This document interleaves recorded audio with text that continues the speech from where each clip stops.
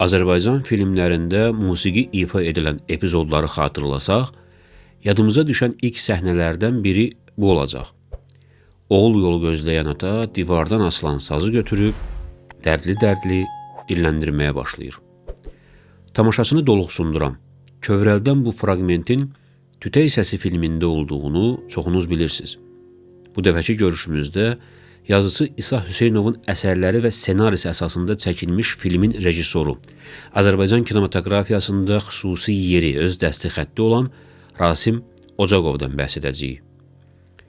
Atası Lənkəranlı, anası Şəkili olan Rasim Ocaqov 1933-cü il 22 noyabr tarixində Şəki şəhərində dünyaya gəlib. Gələcəyin kino operatoru, senaristi və rejissoru kiçik yaşlarında fotoqrafiyaya meyl etsə də deyilənə görə arzusu geoloq olmaq imiş. Lakin günlərin bir günü arzusundan əl çəkib kino sahəsinə maraq göstərməyə başlayır və elə bu maraq da onu Ümumrusiya Dövlət Kinematografiya İnstitutuna gətirir. 1951-ci ildə institutun kinooperatorluq fakültəsinə daxil olur. 1956-cı ildə oranı bitirən Rasim Ocaqova Moskvada qalıb işləmək təklif olunsa da, bu təklifdən imtina edib vətənə qayıtmağı qət edir. Elə qayıtdığı ildən də Azərbaycan filmdə operator kimi fəaliyyətə başlayır. Onun kinoda ilk işi ikinci operator kimi rejissor Əjdər İbrahimovun 1957-ci ilə çəkdiyi Bir məhəllədən iki oğlan filmidir. Filmin əsas operatoru Margarita Plixne idi. Amma gənc Rasim Ocaqovun Əjdər İbrahimovla əməkdaşlığı bu filmlə yekunlaşmır. 1958-ci ildə rejissorun çəkdiyi Onun Böyük Ürəyi filmində əsas operator işi ona tapşırılır. Bu film operator kimi Rasim Ocaqovun kino yaradıcılığında mühüm rol oynayır. Onun Böyük Ürəyi filmində öz peşəkarlığını və istedadını təsdiqləyən Rasim Ocaqov bir çox rejissorun diqqətini cəlb edir, öz filmlərində onunla işləmək istəyirlər. 1958-ci ildə rejissor Tofiq Tağızadənin çəkdiyi Uzaq Sahillərdə filminə dəvət alır və burada baş operator Əli Səttar Atakişiyevlə birgə işləyir. Bu məqamda qeyd etmək yerinə düşər ki, Tofiq Tağızadənin Azərbaycan kinosuna bəxş etdiyi incilərdən biri 1960-cı ildə çəkdiyi Matteo Falcone filminin əsas operatoru məhz Rasim Ocaqov olur. Rasim Ocaqov operator kimi fəaliyyətə başladığı dövrdə Azərbaycan kinosunda böyük və nəhəng operatorlar var idi və onların arasında öz kamerası ilə söz demək çətin məsələ idi.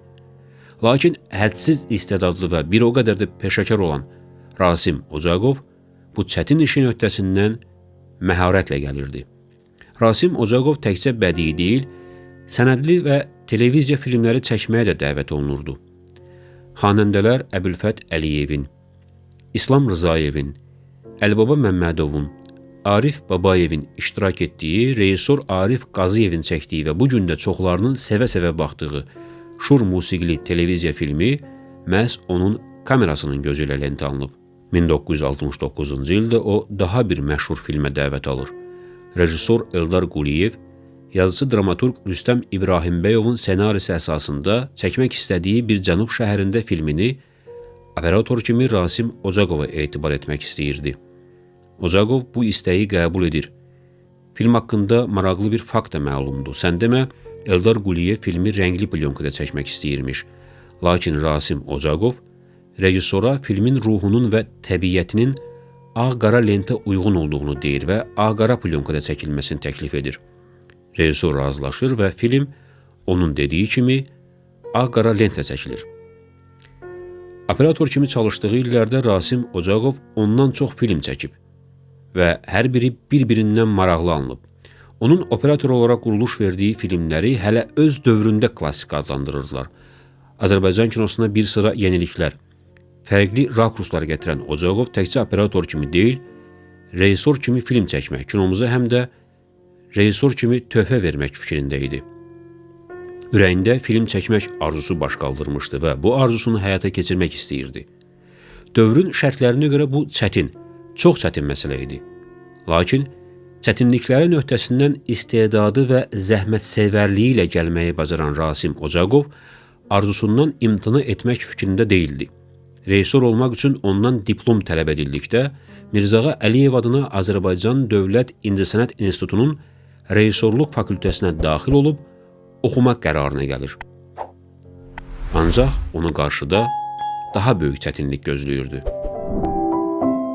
Hörmətli izləyicilərimiz, dostlarım, bir müddət əvvəl fəaliyyətə başlayan kanalımızda ötən müddət ərzində azad sözün, alternativ fikrin müdafiəçisi və daşıyıcısı kimi müxtəlif proqramlar hazırlayıb təqdim etmişik.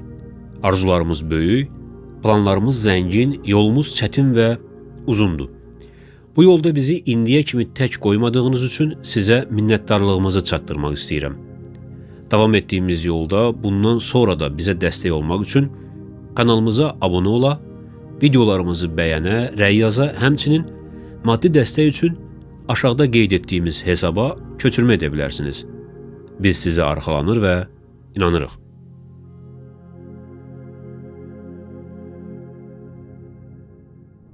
–20-ci əsrin əvvəllərində Gəncədə qaçaqlıq etmiş Məmməd Məmmədov, el arasında Qatır Məmməd adı ilə tanınan şəxs haqda 1970-ci illərdə ssenari yazılır və bu ssenarini ekranlaşdırmaq üçün görkəmli rejissor Hüseyin Seyidzadə dəvət olunur.